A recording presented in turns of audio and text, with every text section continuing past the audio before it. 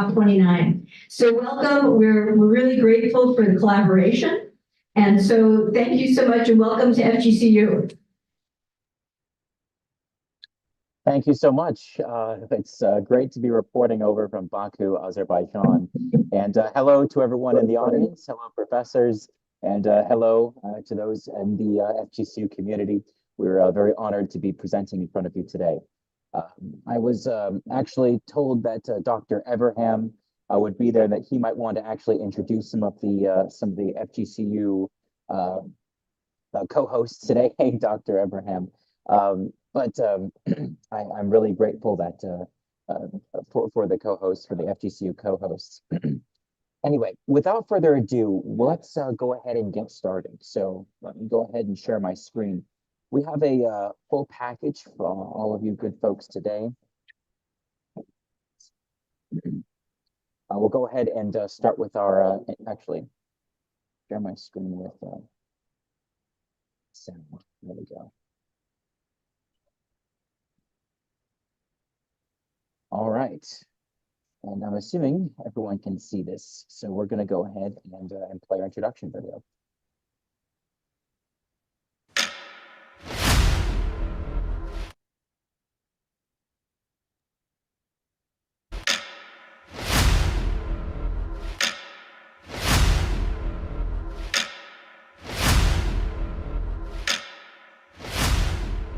Lately, it seems every passing second brings news of another climate-driven disaster. But we still have the power to turn back the clock. Harnessing the power of collective human energy, today's university students are working together to chart a new future, demanding and creating the solutions for a sustainable climate. Our focus in science, engineering, activism, and politics offers the potential of a better tomorrow for all of us. Tune in to Campus Climate Corps for news of what is and what is not happening at this year's UN Climate Conference. Prepare for a livable tomorrow with the life and career of action. Join us and become part of the solution. All right. So again, I just want to say thank you so much to the FGCU community for allowing us to present here today while we have booths.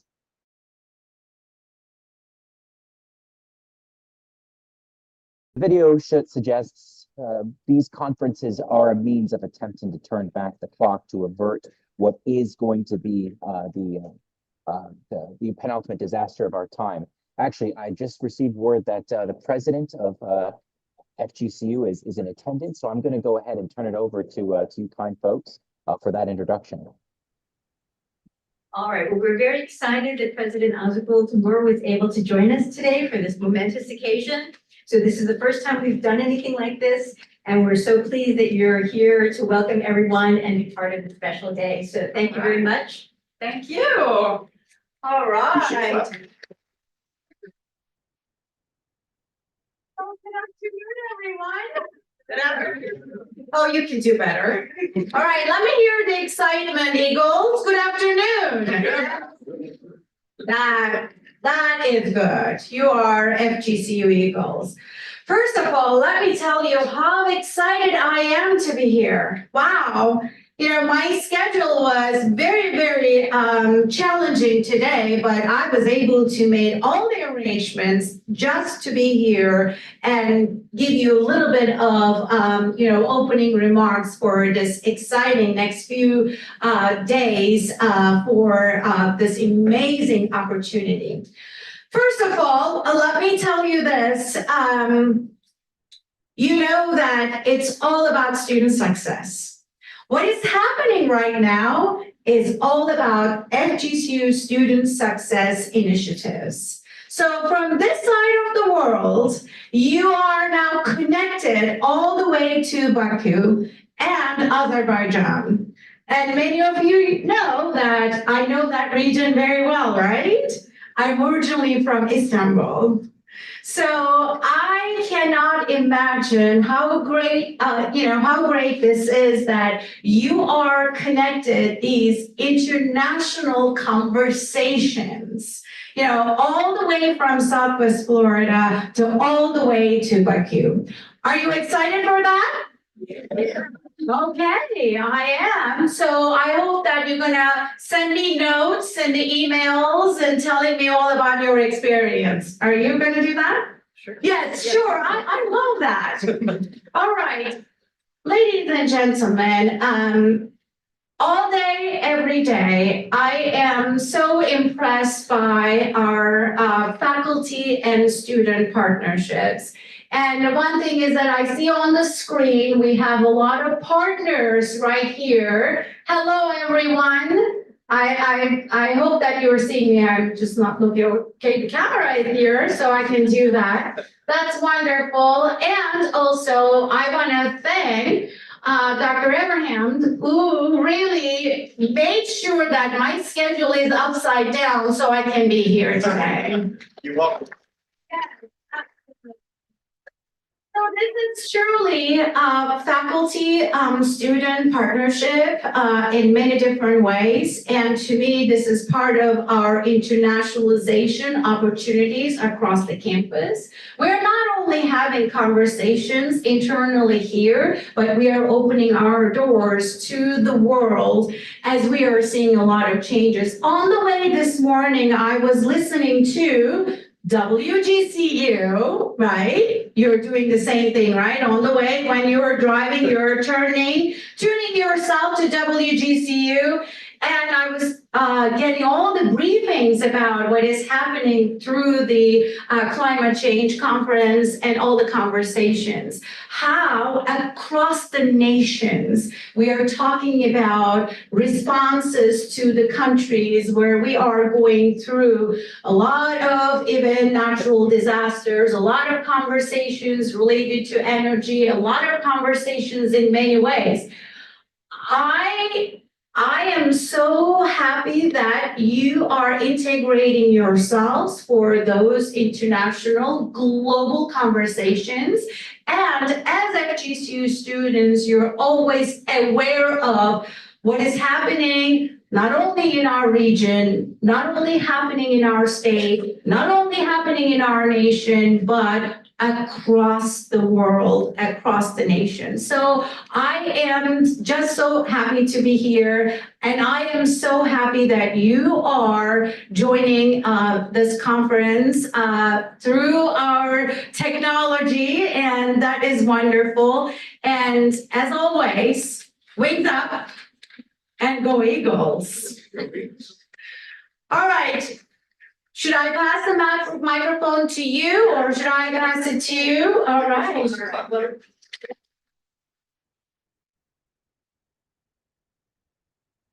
Okay, thank you so much. And now we're going to turn the program back to our colleagues in Azerbaijan. They shared with that opening video.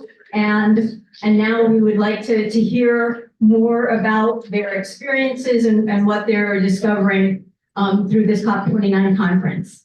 We're back.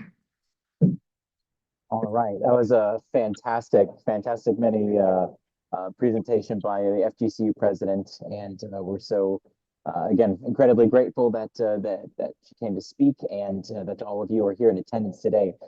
Without further ado, just to give you a little introduction, my name is Rock Abajade Jr.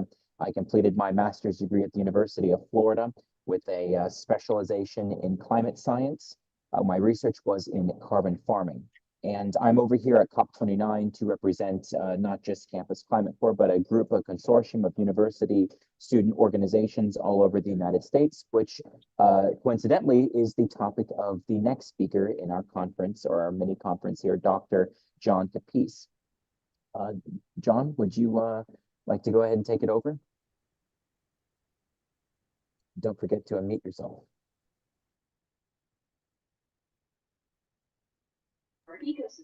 All right, so unmuted, share my screen. As Rock pointed out, Campus Climate Corps is a program of other student organizations. These two student organizations are Alpha Epsilon Lambda, which is a national graduate student honor society. The other organization is Intelligentsia International. That's a student exchange organization that we host interns here in Florida. Let's see if we can get this to advance.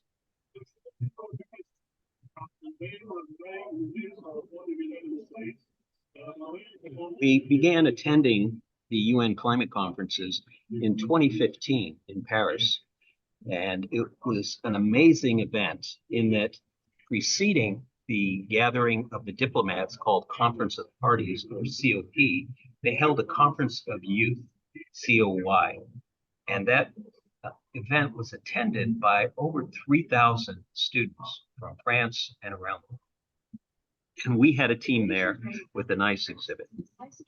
Now, where is Baku? As you can see here, Baku in Azerbaijan is, in effect, the Caucasus. It's next to the Caspian Sea. It's a former Soviet republic bordering places like Georgia. Now, the interns that we've hosted have come from 74 nations. There's been 500 of them.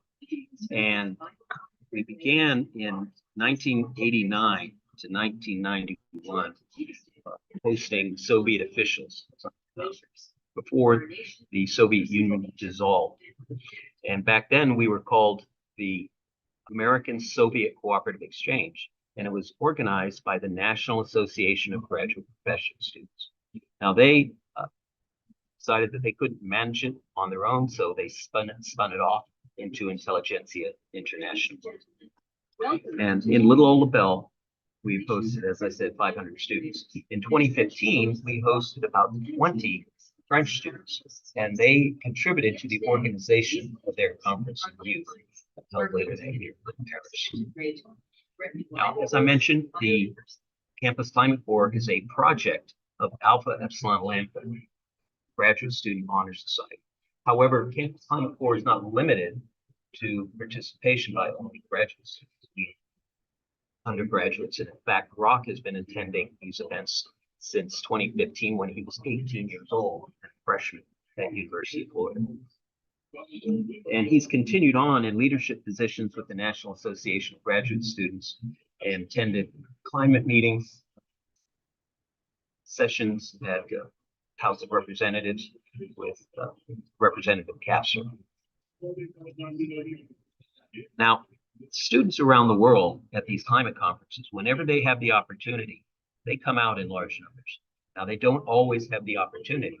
Sometimes these events are held in nations like Egypt and United Arab Emirates, and then here in Azerbaijan, where they don't enjoy as wide a freedom to express themselves. But where they do, they definitely make their voices heard. And as you can see here in Florida, people are very concerned. The young people are concerned and asking questions of the older generation. Now, how did we get here? How did we get into this situation with the greenhouse gases? Well, the nations that have emitted the most greenhouse gases over the duration of the industrial period are the USA, the European Union, China, and Russia. Then everybody else follows after that. So we basically got us into this mess along with the Europeans, the Chinese, and the Russians. So it's really incumbent upon us to help lead the way towards solutions.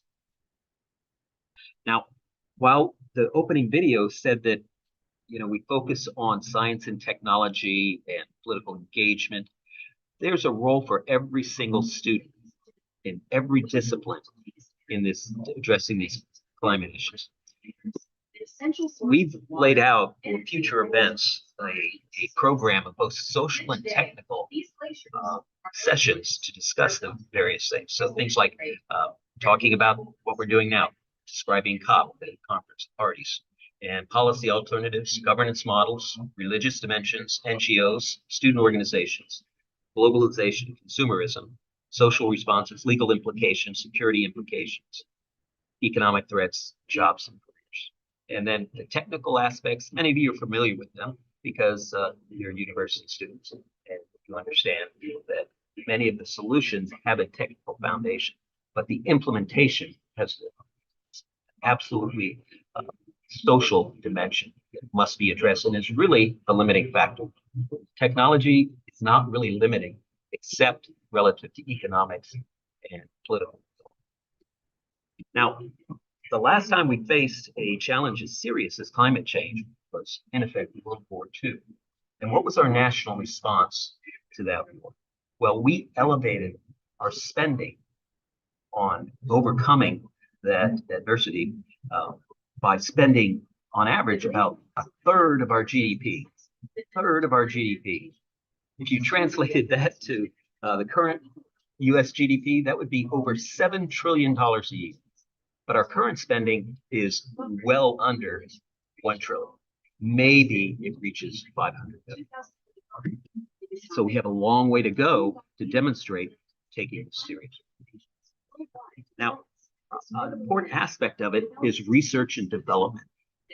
I'm a firm believer that to address this effectively, we must have some breakthroughs in technology. Science needs to pull a rabbit out of the hat and save our tails. If you look at countries around the world, we're spending the most on research and development. But other countries, the top 10 that represent 82% of global GDP, they are stepping up as well. And the nation that's stepping up the most is the Republic of Korea, South Korea, spending about 4.5% of their GDP, which is in effect almost double what we're spending. Now, why technology? Well, we see that politics can go up and down. Things can be in fashion and out of fashion relatively. So these national programs implemented by federal and state government, they come and go. But technology manages to push through all of that. This is a graphic showing the deployment of solar energy, photovoltaic modules around the globe. And you can see there's no bumps in there by who got elected president. It is exponential growth. And that is really the key. What technologies we can implement and how quickly we can deploy them at scale. Now, another dimension of this is the energy payback break-even time. And this is a concept embedded in ecological economics. And Campus Climate Corps stresses ecological economics. That is a field of science that is highly underdeveloped and underutilized and implemented at universities. We believe that every university needs to stand up and expand ecological economics program.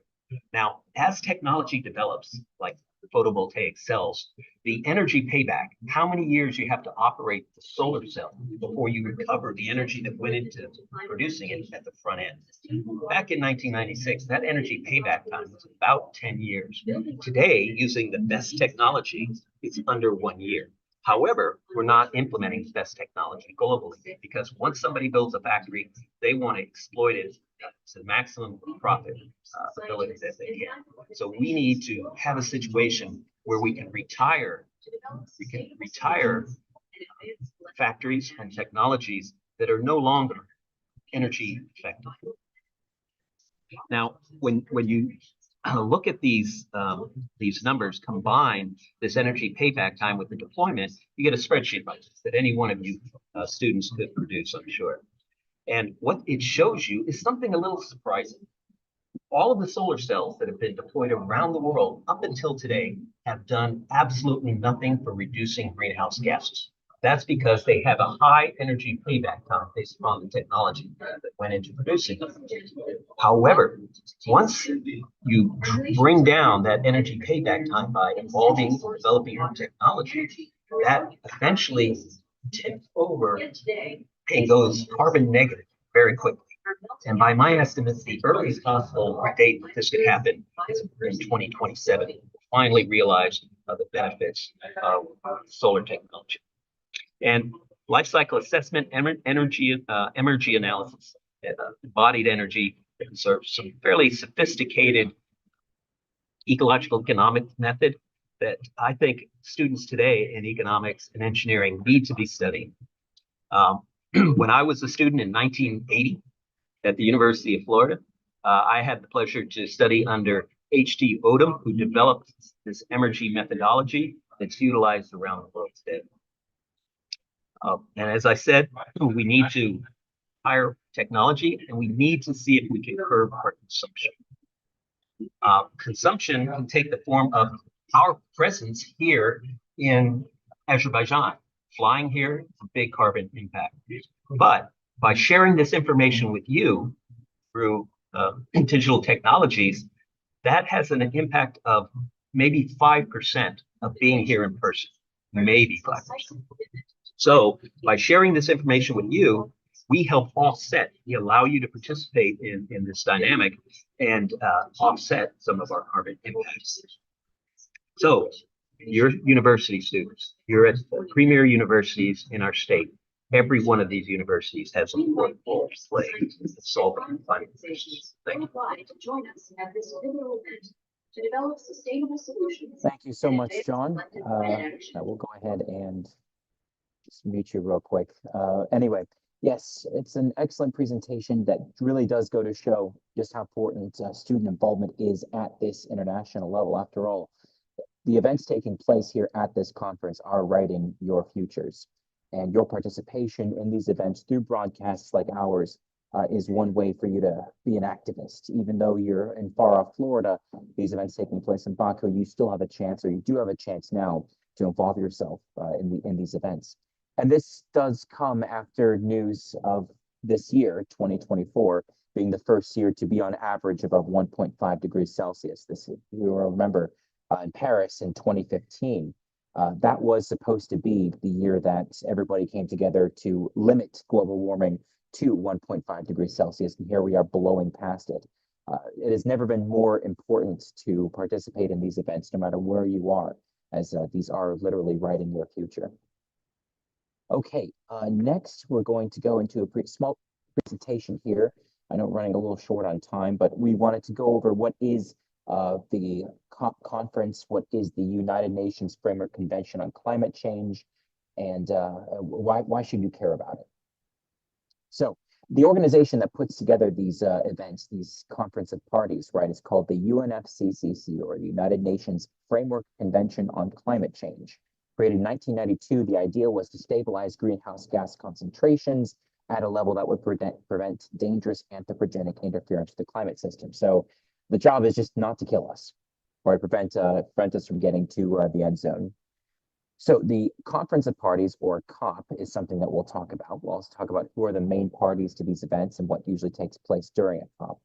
So COP, Conference of Parties, and it is the annual United Nations conference that is set to talk about climate change, set to debate climate change, set to bring on board the scientists, the world leaders, to talk about what can we do to prevent this crisis from happening or continuing to unfold.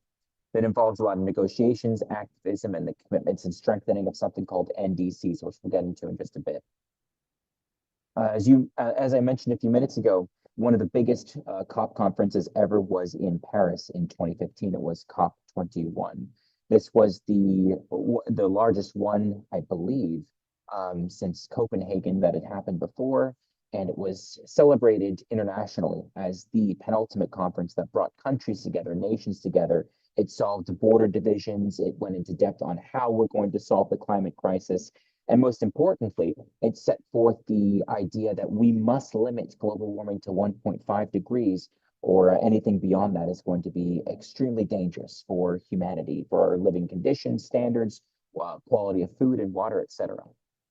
This is where, all the nations leaders come together. This is, again, another picture from Paris, where you see all these folks that have stood up here and pat themselves on the back for writing the document known as the Paris Climate Accords. Now, the actual participation in these COP events has gone up exponentially for Paris in 2015. There was also large attendance in COP21, and then also quite a bit in COP28 in Dubai. Interestingly, though, not part of this graph here, not part of this graphic, but interestingly, this year in COP29 in Baku, there is a ridiculously low number of delegates that have registered or even participated. Now, there is some international tension going around the world. Recently had an election in the United States, which may have an impact on whether or not delegates have chosen to attend. And there's also some political implications about the Azerbaijani president and some dealings that he has with oil companies that have forced, or at least not even forced, but have encouraged people like President of France, Emmanuel Macron, who has been one of the steadfast leaders of the climate crisis movement in Europe, as well as De Silva, the president of Brazil, who made a very strong stance on protecting the Amazon rainforest in that country. Anyway, if you want to hear more of our coverage of the actual politics that take place at these events, we'll share with you a link, or I'll share with you our Instagram and YouTube, where you might want to tune into our days and our coverage tomorrow, as well as all of next week. Anyway, what goes on at COP during week 1 and week 2? During week 1 is usually the World Leaders Summit. This is where all the major leaders of the world come, pat each other on the backs. It's where the Boris Johnsons, it's where the Joe Bidens have come and spoke in the past. It's essentially just a big forum where everybody just says, hey, look at all the good work that we've done. It's also where the opening bodies begin, so where the negotiations really start beginning. It's also where some of the technical work starts. What we mean by technical work is it's where some of the scientists are able to share a network and start putting together some proposals and plans for how we can share technology enough to where we get to carbon neutrality as soon as possible.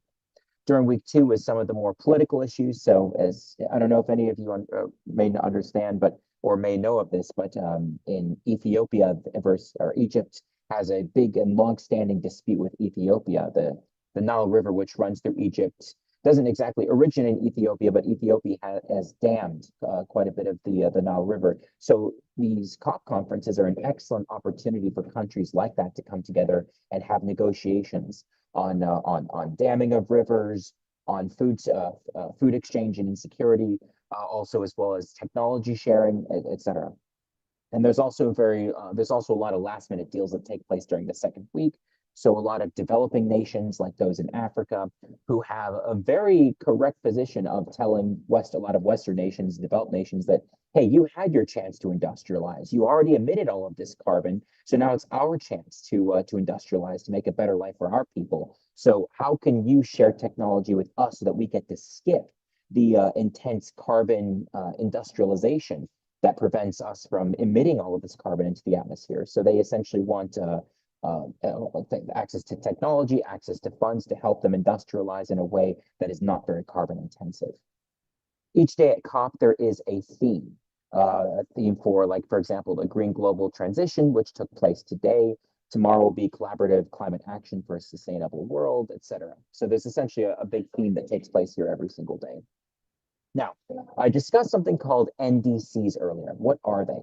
They're called nationally determined contributions. So the United Nations doesn't go to anybody and holds a baseball bat to them and say, you must meet your climate commitments or we're going to beat you over the head with this. That doesn't happen at the international level. What the United Nations does do is say, why don't you come to us with a plan for how you're going to reach carbon neutrality by 2050 or by 2040 or whatever have you. The United Nations cannot force any nation to abide by these treaties. In fact, it's one of the reasons why the United States was able to successfully withdraw from the Paris Climate Accord in 2016 with almost no repercussions whatsoever, including when President Joe Biden rejoined the Paris Climate Accord in 2021. The United Nations cannot force any nation to abide by these restrictions or by getting there. So what the United Nations does do is say, you come up with the plan and we'll hopefully hold you to it. It is a bottom-up approach. It's relying on nations to self-report, to self-regulate, to get there by the nation's own standards. And by the fact that we've already blown past 1.5 degrees Celsius, that should tell you all you need to know about relying on a nation to police itself when it comes to emitting carbon. Every single year, some nations propose stronger nationally determined contributions, and some don't. Every single year, there is something called the Conference of Youth, which takes place just prior to the Conference of Parties. It's where a lot of students go. As far as I can tell, this was one of the lowest attended COIs that have ever taken place. Mainly, it's conjecture, but I do believe this may be due to the location of Baku, the inaccessibility to get here by a plane, which is very expensive, and so on. And this is, I believe, from 2 years ago. a bunch of the students who have demonstrated here. But I do believe this goes to really show the importance of youth action now. As Dr. Capis has mentioned, and probably quite a few of your professors, you are living in one of the most interesting times in history. Your participation in an event like COP29, whether it's through an organization like ours or through reaching out to your representatives who may be traveling to this event, has never been more important for you to study, for you to innovate, for you to evolve, and for you to understand just how important this is going to be impacting your future. Anyway, just wrapping up here with our organization, Campus Climate Corps. If you would like to, I will, as Dr. Capis had mentioned a few minutes ago, we kind of do this to decarbonize, as a collaboratively decarbonize. We provide access to COP29 through what we do through our work. And as far as your attendance to our event is concerned, this has saved you hopefully the flight to get here.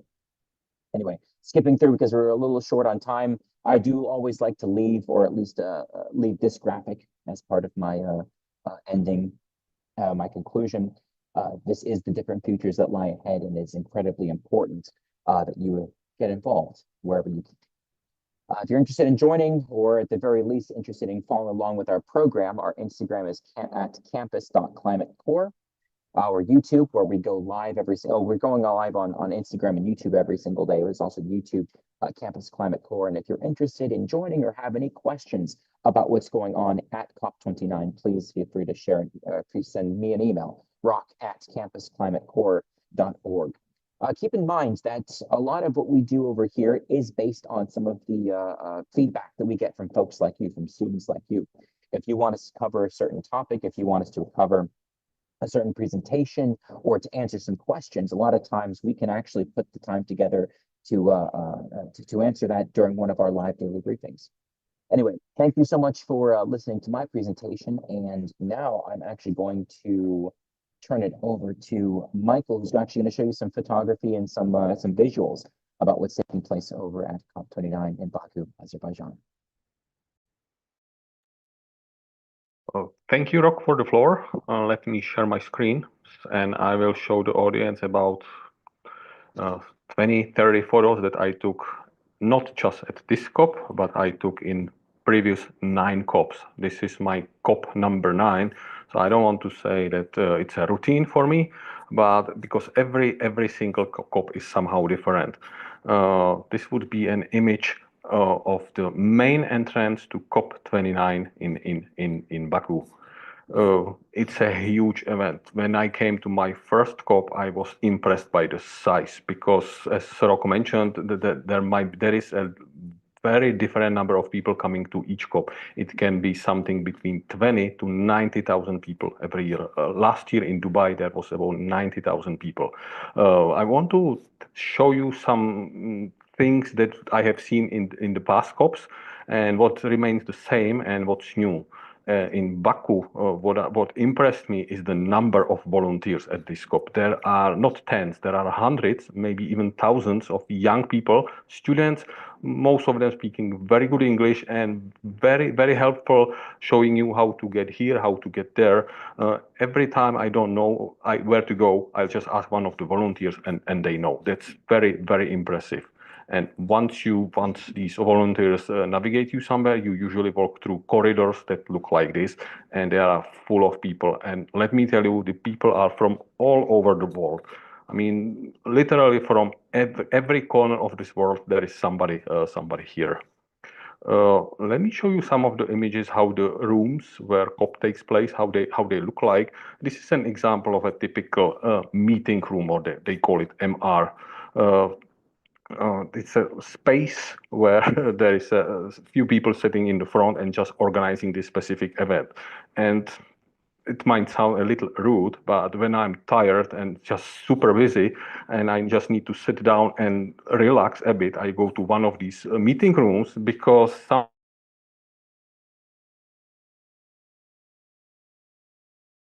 about 15 minutes, and during those 15 minutes they were asked 3 questions and no response was delivered. So that's a little strange.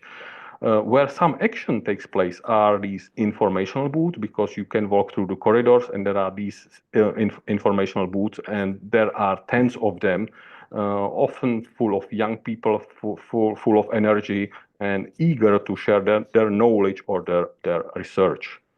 There are also these screens everywhere that help you to get around. And as you can see on the right-hand side, some of the meetings are closed. It's either high-level officials meetings or it's sort of behind-the-door negotiations. So no matter where you want to go, you cannot get to all of the rooms. Sometimes it's simply not open for the regular observers as we are here.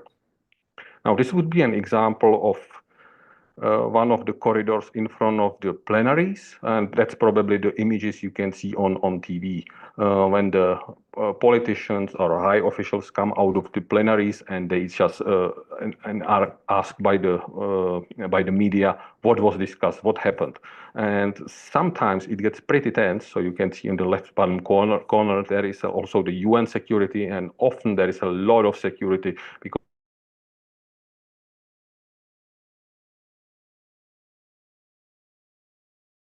the UN security guy was, kind of shouting today, everybody calm down, we need to have some order here. Because today, as Rob mentioned, there was the World Leaders Summit. Sometimes you simply cannot get to one of these rooms where these high officials are. So at that point, it's either watch it virtually or simply walk around and find a screen where you can watch some of the presentations there. So on the left-hand side, you can see the Secretary General Guterres delivering his speech earlier today. Now, if you have a lot of patience and you just wait in front of the plenaries, then you get a chance to meet various politicians you probably would have no chance in your life to meet. So in this case, this is one of the highest officials of Sudan. If you just wait another 3, 4, 5 minutes, this would be the president of Serbia. And I could just show you more images of various presidents and prime ministers who were around today. I took this image last night because after several years, also the highest officials of Afghanistan came to COP. So these gentlemen are really one of the leaders of Taliban, and they were invited to this COP. So truly international events and raising various questions because it doesn't happen every day that you meet people from these countries. Now, you can also get to the plenaries at some point once the World Leaders Summit will be over. It should not be such an issue to get to the plenaries. So here are just some images from the plenaries, and this is actually the stage where the presidents and prime ministers were standing earlier today and delivering their speeches to the whole world. This image just should give you the perspective of or the size of the one of the plenaries. It's really huge. It's simply impressive, and I always get impressed by all the technical background that is there. This would be the plenaries, but for observers like us, most of the action happens in the various pavilions. This year there is over 150 various pavilions, national pavilions, various NGOs, and various other organizations having their pavilions there, and it's very interesting to walk through these pavilions because this would be, say, this is a pavilion of Singapore. It's very colorful. There is a lot of program going on. This would be an image from the Turkish pavilion. There is so much going on. You can just stay within few of the pavilions all day, and there is always something happening. This would be the pavilion of Ukraine. This would be the always full pavilion of South Korea. Sometimes some of the pavilions are also, I wouldn't say boring, but this is the presentation of the Ethiopian pavilion today. I watched the presentation. It has exactly one slide of PowerPoint, and it's the national flag. And that was it. I walked around a few times, and it simply didn't change. So some of the countries might be treating this COP also as a free vacation. It's hard to tell, but it's not everything that everybody would be just 100% focused on their work. Now, in contrary, I always go to the Japanese pavilion because it's my favorite. There is always high tech, and the Japanese are simply very focused. And if you have any technical questions to whatever these people do, they give you very precise responses. Obviously, there is also the pavilion of the United States. I walked there a few times. These images are from yesterday, and it was very, very empty. I was surprised how empty it was, but it was just the first day of COP. So maybe that's the reason. When I walked there earlier today, there was some program already going on. And one more thing about the pavilions, this is the Chinese pavilions, and I'm surprised how much bigger this pavilion get. When I compare it to the Chinese pavilions from the previous years, sometimes there were none, sometimes they were very small, maybe 5 times by 5 meters, but this year it's huge. It's one of the largest pavilions I have seen. And just to, if we leave the pavilions, we can end up also in the press conference rooms. Sometimes it's a huge room and there are only 4 or 5 journalists. Sometimes it's really, really busy. I just stopped at this press conference, and the activists or this NGO was delivering their presentation, or they were delivering press conference about so-called Troika. That's what they call the Brazil, United Arab Emirates, and Azerbaijan, the country that hosted last COP, that hosts this COP, and that will host the next COP. And they were arguing that these countries are actually oil rich, and these shouldn't be the countries that are hosting conferences that should actually decrease the carbon emissions. Now, this is the president of last COP, Sultan Al Jaber, in United Arab Emirates, and this would be an image of the current Azerbaijani president. Again, these are really super oil-rich countries. They produce so much oil, and both of these gentlemen are also vice presidents or presidents of the largest state companies producing oil. So obviously there is some conflict of interest. So it's very interesting to watch how these gentlemen basically play on both sides. This is not my first visit to Azerbaijan. I visited Azerbaijan also before a few years ago, and I just want to give you a sense how the country that produces so much oil can look like. It's not really as nice, as green as it's being presented. So these are just images where the oil in Azerbaijan was produced, and that's how the land look like after some of the production. Now, this would be the last image of the day. Because I also went to one of the plenaries where John Podesta, the special advisor for international climate policy of US, was delivering some speech today. And I think it's very important what role will the US play in the future negotiations. And I think we'll get the answers within the next 10 days. And with this image, that would be all from me for today. And I'm turning back to you, Rock.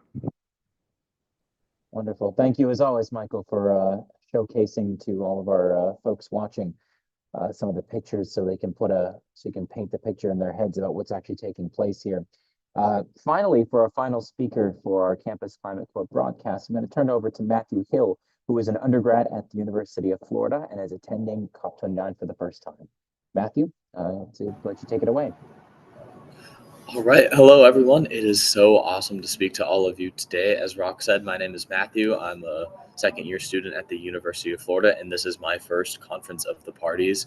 And it is really, really awesome to be here and to speak to all of you. So as Michael was just saying, a lot of what goes on at COP happens in these pavilions, and I'm actually in one of those right now. There are so many different voices being heard here from all across the world. And outside of the politicians and the national representatives that are speaking and giving presentations, I think the two sorts of voices that are being heard here are from scientists and from activists. And of course, there's a lot of overlap between them. And it is really, really, really cool to see that sort of thing happen. And so just to give a few examples of things that are happening from the activism side, there is a pavilion for the International Labor Organization, who does a lot of really, really good stuff. And they conducted an hour-long panel today about how to have a peaceful and justice-focused transition from oil and gas energy over to like clean green energy. And that's not really an angle that a lot of people think about. But if you consider the practices of fracking and other ways to get oil and gas to power things, it involves a lot of exploitation of the land and of the people that lives on it. And so when you think about transitioning over to green energy, to electric vehicles and things like that, you would imagine that it would be inherently more humanitarian, but that's not always the case. So if you are interested in that, I would say to look up the process of lithium mining. So lithium is really imported into the batteries that power a lot of electric vehicles, electric things like that. But lithium mining is often a very, very water intensive practice. And it can be have very negative consequences for local populations, and almost 80% of lithium reserves are actually found on indigenous lands. So there's a lot of steps to take to make sure that those processes of mining and those processes of getting clean energy is inclusive to everyone and doesn't have, more negative humanitarian effects than we might like it to. In terms of more science-based things, there's also a lot of really cool stuff going on. If you're interested in the ocean or in geography, there's a really cool intersection of the two of those of the Italian Institute for Environmental Protection and Research. And so they're doing a whole huge project of habitat modeling of seagrass in and around Italy. Um, so if you're not familiar with seagrass, I wasn't either. I didn't think it was that important, but it can actually tell us a lot about the state of carbon in the atmosphere. So I'm sure all of us are familiar with the term carbon sinks or carbon sequestration. Seagrass actually has a lot of implications for the ocean's carbon sequestration. It can tell us a lot about how much carbon the ocean is storing, how much it can store, all that sort of thing. And that is becoming more and more important with every single day. I don't know if you all read about this, but last year in 2023, forests, plants, and soil absorbed almost no carbon from the atmosphere, which is a really concerning turn of events. So doing more research into how we store carbon is going to be really, really important as time goes on. And then one last thing that I'll talk about that kind of covers all of these things, the science, the activism, the politics and stuff. We heard from someone named Tahir Gozel, who is an investor in Azerbaijan, who was initially involved in a lot of just oil and gas industries, investments in there, but actually made a pretty much full transition away from that and is now very much focused on to sustainable farming, working on greenhouses that are recycling water and carbon and emitting more oxygen than anything else. Really, really cool stuff. And it presented a very, very just green picture of Azerbaijan as a whole. And to touch a little bit more on the politics of this, if you go to the COP29 Instagram, you'll actually see a statement that Azerbaijan's president just released saying, and I'll read this out loud. This is a direct quote from President Aliyev. He says, "To accuse us of having oil is the same as accusing us of having more than 250 sunny days a year in Baku." And any of us on this call can tell you it's not very sunny in Baku, certainly not for 250 days a year. And so you would think that with this farming going on, with this president's statement, Azerbaijan is very much looking forward to renewable energies and stuff. Well, they currently have 7 billion barrels of oil in reserve, which is about 200% of their yearly usage. So about 200 years worth of oil they currently have in reserves. So that's kind of the state of where things are at. Everyone is very much motivated to paint a green picture of themselves and the country they're representing. But that's not always the case. So a lot of good stuff is going on. There's a lot of really cool science happening here. There's a lot of really, really passionate activists from all across the world. But there's also a lot of politics and deception, if I'm allowed to say that, going on. That is, it's a little bit concerning, and it's definitely important to consider where everyone is coming from and to do your research on what everyone is saying before you take a politician's word for granted. I think it's a very apt ending. Thank you so much, Matthew. As said before, we will be covering live daily each of the events that take place over here in Baku, Azerbaijan for COP29. If you would like, please remember to follow our Instagram campus.climatecore and our YouTube, which is just Campus Climate Core, where you can join during our daily broadcasts and directly interact with us, ask us questions about what's going on, or more specifically, ask us to investigate something particular taking place over here in Baku, Azerbaijan.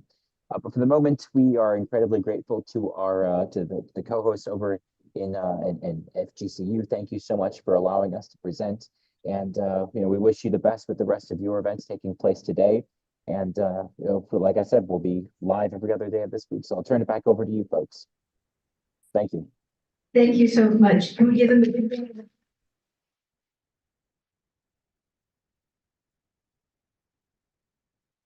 I wanted to see if you had maybe 2 minutes or 5 minutes to take a few questions, or I know we started a little bit late. I don't want to hold you up. Would you be able to one or two questions?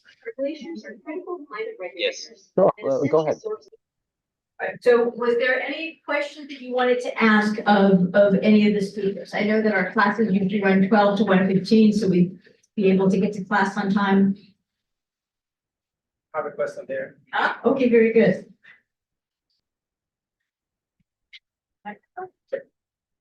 So my name is Festus Amadou, Assistant Professor of Climate Policy here at FGCU.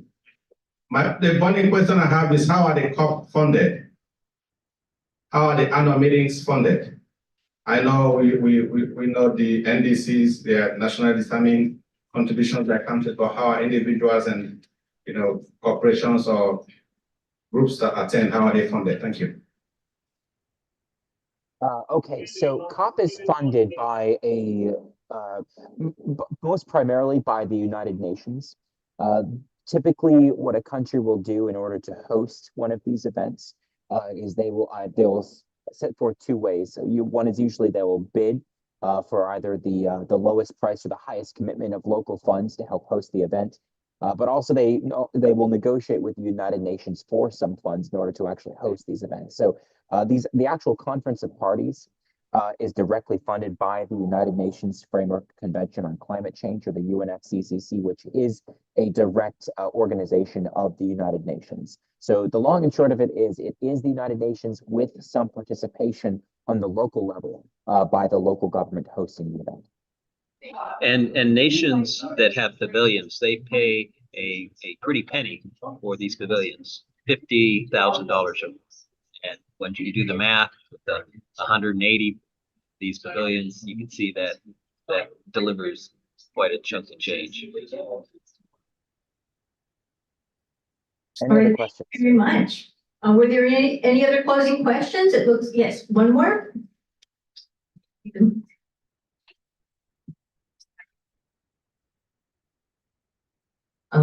Okay. Hi, I have a question for John.